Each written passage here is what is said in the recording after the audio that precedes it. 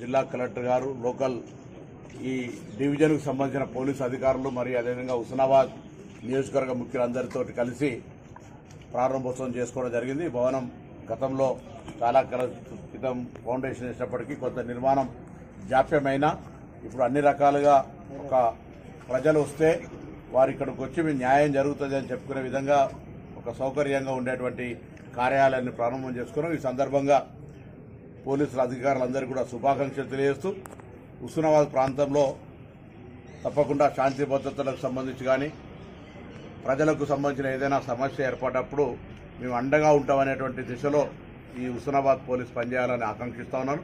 అందుకు జిల్లా police superintendent గారు అదేవిధంగా రాష్ట్ర ఉన్నతాధికారులు ప్రభుత్వం కూడా గౌరవ ముఖ్యమంత్రి గారి ఆలోచన ఒకటే, నేరస్తులకు పోలీసులు కఠినంగా వ్యవహరించాలి, బాధితులు వస్తే వాళ్ళని దగ్గర చేర్చుకొని న్యాయం చేయాలనేటువంటి సూత్రం మీద ఫ్రెండ్లీ పోలీస్ అంటే ఆ విధంగా ఉండాలి తప్ప నేరస్తుడికి ఫ్రెండ్లీ కాదు.